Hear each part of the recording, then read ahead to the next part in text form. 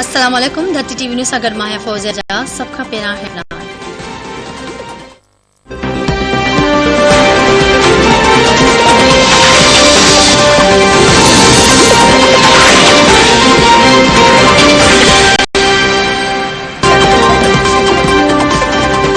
PTI chairman Imran Khan सुभाणे हर सूरत में लॉन्ग मार्च करण जो ऐलान करे छॾियो।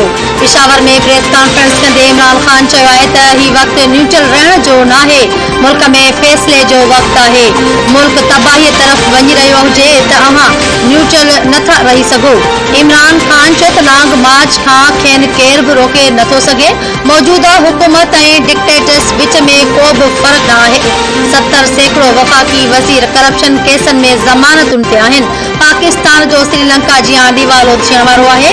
मसइले जो सिर्फ़ हिकु हल आहे, फौरी तौर आम चूंडियूं कराई वञनि।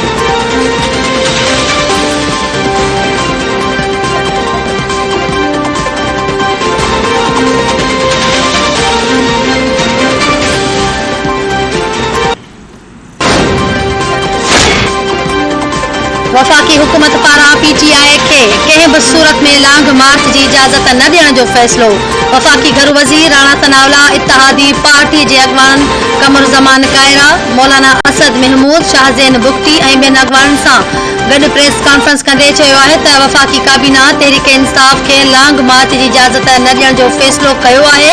ही गारियुनि खां गोलियुनि ते लही आया आहिनि। राजधानीअ जो घेराव करे मुल्क में फितनो ऐं फ़साद पखेड़णु चाहिनि था। इहे माण्हू इस्लामाबाद में इंतशार ऐं अफ़रा तफ़री पकड़ण लाइ अची रहिया आहिनि। जमहूरी पुरअमन एहतजाज सभिनी जो हक़ आहे, पर ही एहतजाज न पर कंहिं ॿिए मक़सद लाइ अची रहिया आहिनि। इमरान क़ौम खे गुमराह ऐं विरहाइणु चाहे थो।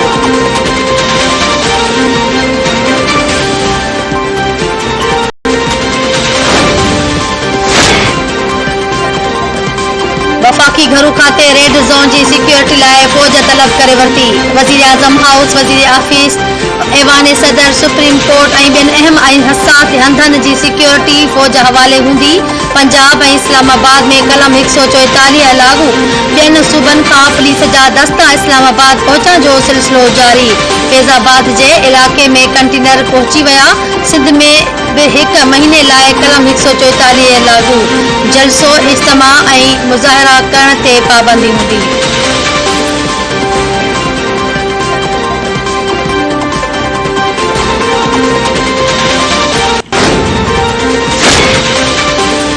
वज़ीर आज़म शहबाज शरीफ जी सदारत में वफ़ाक़ी काबीना जे इजलास में अहम फ़ैसिला।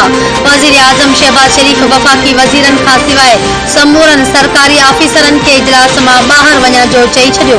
वज़ीर चयो आहे त कंहिंखे बि क़ौमी मार्च जी इजाज़त न ॾिनी वेंदी। अवाम जे जान ऐं माल जी हिफ़ाज़त ऐं तहफ़्फ़ुज़ खे यक़ीनी बणायो वेंदो। कंहिं बि क़िस्म जे तशदुद या चिड़ ॾियारींदड़ कार्रवाईअ ते क़ानून हरकत में ईंदो। हर गैर कानूनी कम जो रस्तो रोकियो वेंदो। अहिड़ियूं साज़िशूं मुल्की मईशत खे तबाह करण बराबरि आहिनि। अवाम जे मुफ़ाद लाइ रोड रस्ता खुलियल रहंदा। धरणनि बाबति सुप्रीम कोर्ट जे 2019 वारे फ़ैसिले ते मुकमल तौर अमल कयो वेंदो।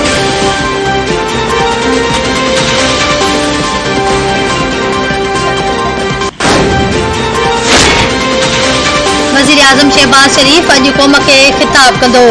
ज़रियनि मूजिबि वज़ीर आज़म शहबाज शरीफ मुल्क जे सियासी सूरतहाल ते क़ौम खे एतमाद में वठंदो। लॉन्ग मार्च ऐं माशी सूरतहाल बाबति बि क़ौम खे आगाह कंदो।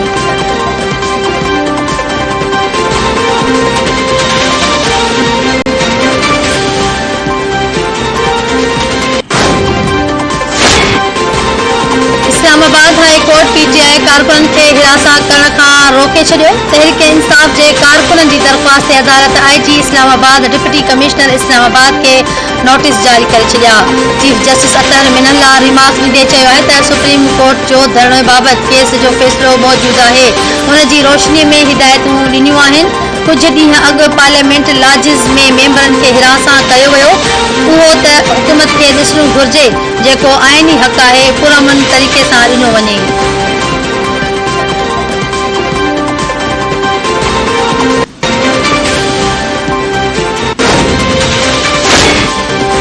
हुकूमत में में शामिल वॾो तबिको फौरी इलेक्शन जो हामी आहे।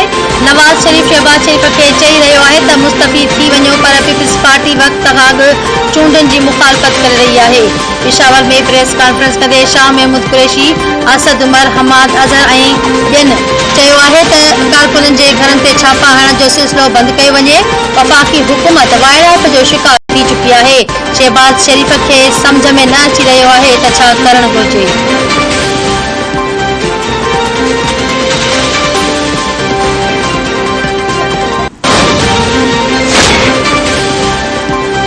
लाहौर में पीटीआई कारकुननि खिलाफ क्रैकडाउन दौरान सीने में गोली लगण सबब शहीद थियल पुलिस कांस्टेबल कमाल अहमद जी जनाज़े निमाज़ अदा।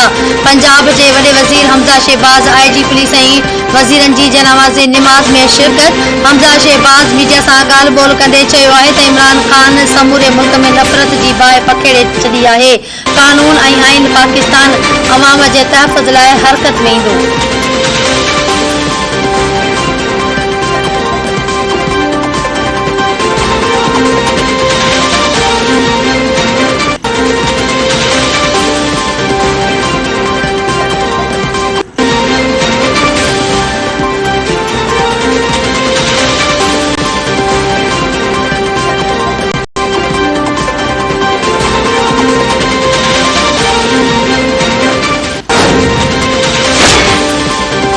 अॻूणे सदर आसिफ अली ज़रदारी चयो त इमरान ख़ान कारकुननि खे रियासत ख़िलाफ़ बग़ावत ते भड़काए रहियो आहे। इमरान ख़ान पंहिंजे इदारनि में कॾहिं बि कामयाब न थींदो। अॻूणे सदर आसिफ अली ज़रदारी लाहौर में शहीद थियल पुलिस अहलकार जे वारसनि सां रुख जो इज़हार कंदे चयो आहे त लाहौर में पुलिस अहलकार जी शहादत इमरान ख़ान जी सोच खे ज़ाहिर करे छॾियो। इमरान ख़ान कारकुननि खे रियासत ख़िलाफ़ बग़ावत ते भड़काए रहियो आहे। पंहिंजे इरादनि में कॾहिं बि कामयाब न थींदो।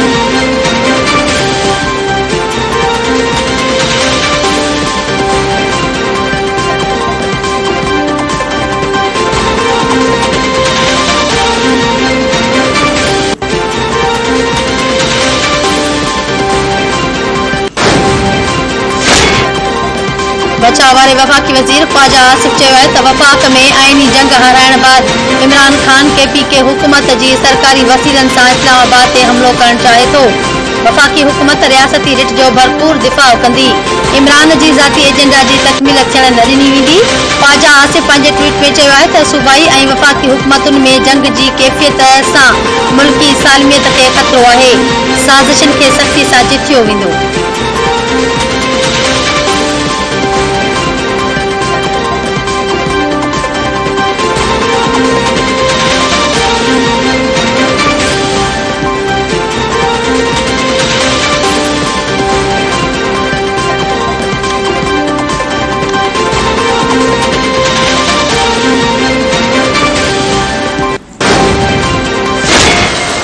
For a sailor, a map tells of seas to be explored,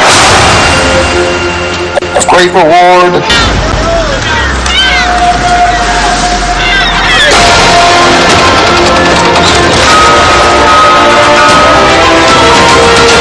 a hunting ship ain't no place for a kid.